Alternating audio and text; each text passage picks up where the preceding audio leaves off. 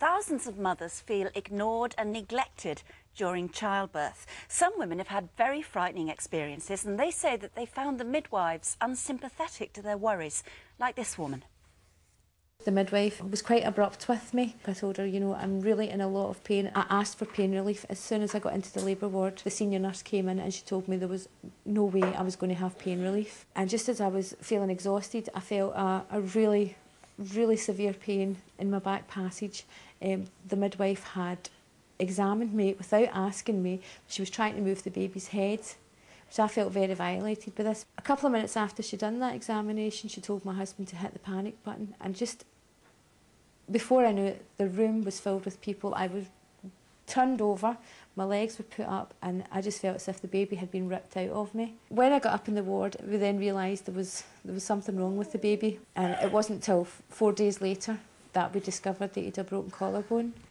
Wow. Well, joining us now are Lynn Walcott, who's actually England footballer Theo Walcott's mum, but she's also an independent midwife working outside the NHS, and Rachel Rowe, who co-authored the NHS survey, which I think was called Recorded Delivery, that I just mentioned. Some of the things that have emerged from this is that, I mean, 56% of the mothers that you surveyed said they were left alone during labour. Almost 2/3 of women surveyed said they felt they were left alone too soon after the birth. And they didn't, first-time mothers, a lot of first-time mothers said they didn't get enough advice, and they didn't think the staff communicated with them very well.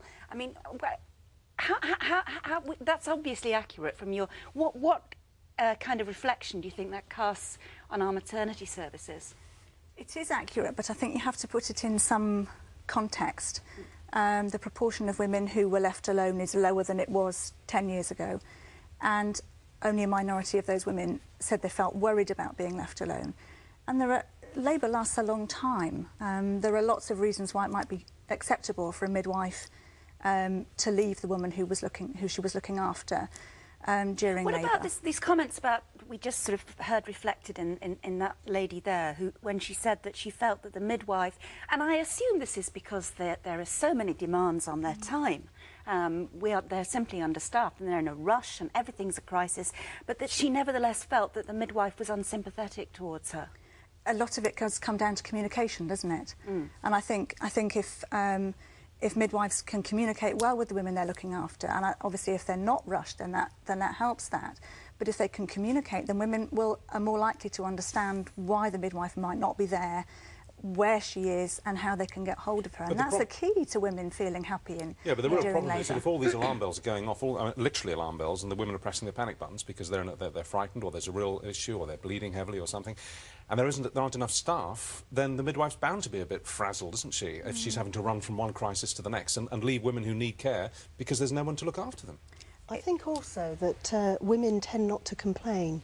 Yeah. I think I hear, you know, lots of experiences that women have had, and they come to me having had a poor experience sometimes, and I ask them if they've complained about their experience, and they always say no. They don't. They feel sorry for the midwives. They understand that they're rushed and pressed for time, so they're not complaining. Can I just ask you, Lynn? I mean, you were an NHS midwife for what, 4 years? Yes, almost 4 years. Yeah. You qualified in 1994, didn't you? That's right. And I had my children first. Yes, Theo was 5 when I started training. Right. And then I spent a few years in the NHS. Yeah. I always knew hospital wasn't for me, having a very strong feeling for natural childbirth. Hospital didn't really lend itself to that. But when you were an NHS midwife, I mean, what were the stresses and strains on you? I mean, did you feel that you had too many patients to care for, or what?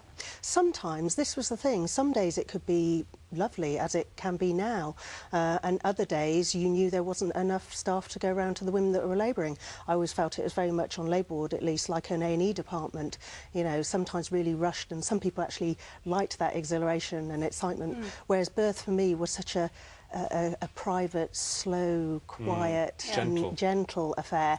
It didn't match the experience I was getting on an average labour ward. So what was that like for you then, as someone who enjoyed helping women through childbirth? As we said, you know, it's for many women, it's the most important day of their lives. Well, it was Possibly so more important than their stressful, it wedding made day. me ill most of the time. Really? What, sick?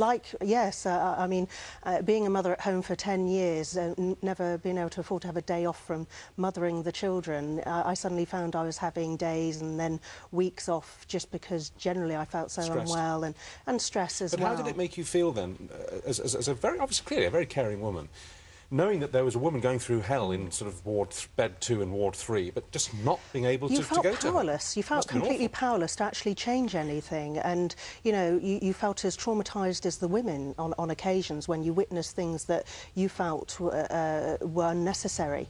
And it was very traumatic. Like watching a car crash happen in slow motion. And there's nothing you could do. Sorry, Rachel. I just wanted to say that I don't think we should give the impression that these kind of bad experiences are commonplace.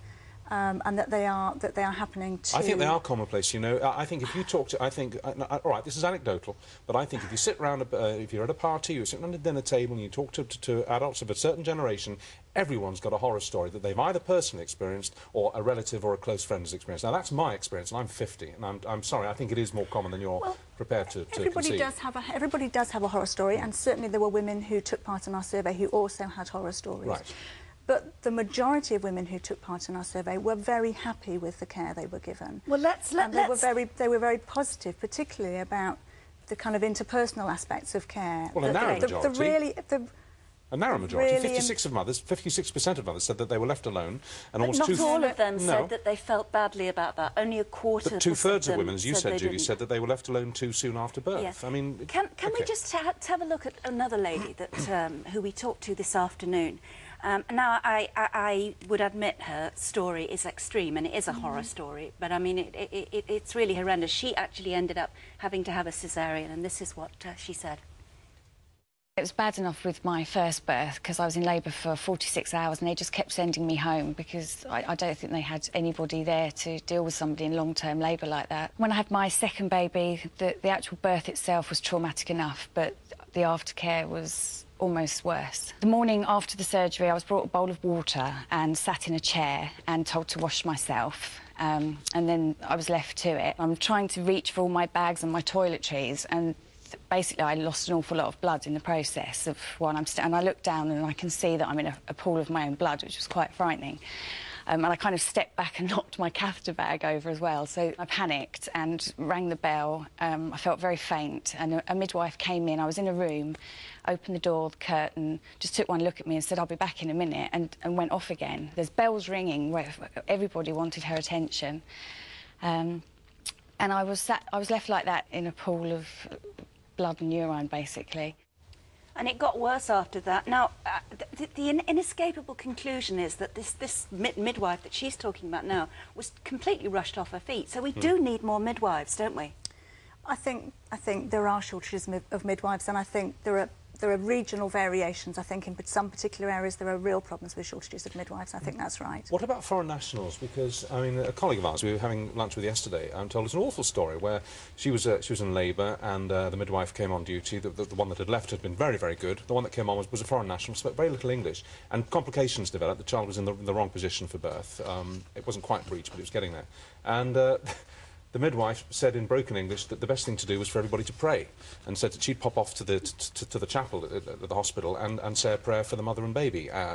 She was ejected from the room by the furious husband, and they summoned somebody else. I mean, foreign national midwives, would you accept that they can be a problem as well in terms of their language skills and possibly their cultural background? I think it speaks to the communication issue, doesn't it? I mean, we've already talked about the importance of good communication between the midwife and the woman she's caring for, and I think that's difficult. One of the things that helps with communication is if the midwife and the woman already know each other. Absolutely. Yeah. And, you know, that's primarily the difference in the way that independent midwives work, is that a woman hires you at the beginning of her pregnancy, you care for her throughout, you're with her for her birth and afterwards. So communication becomes less of a problem, partly because you know everything about each other by then, and so you don't have to spend the labour talking about what's happened before. Well, that's an ideal world, isn't it? But the statement from the Department of Health, which we've had today, says that your report is very important.